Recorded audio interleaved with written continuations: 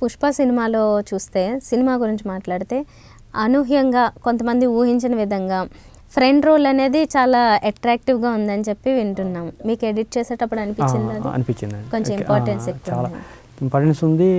తను కూడా చాలా బాగా చేశాడు, చాలా బాగుంది. అంటే డైరెక్టర్ గారు ఫస్ట్లో అడిగారు ఎలా ఉంటుందో ఏంటో అని, కానీ రష్ చూసినప్పుడు కూడా అందరూ అంటే డైరెక్షన్ డిపార్ట్మెంట్ కానీ మా సూర్యుడు కానీ అందరూ కూడా చాలా బాగుందండి, చాలా బాగున్నాడు. అతనే కాదు, సినిమాలో చాలామంది ఇద్దరు ముగ్గురు చాలా కొత్త వాళ్ళు ఉంటారు, కానీ అందరూ బాగా చేశారు. అంటే డైరెక్టర్ గారి యొక్క విజన్ అది. సో అందరూ చాలా బాగా చేశారు. ఓకే. సో మీకు ఎలాగో యాక్షన్ అది ఇష్టం అని చెప్పారు కదా, ఫైట్స్ వాటికి సంబంధించి.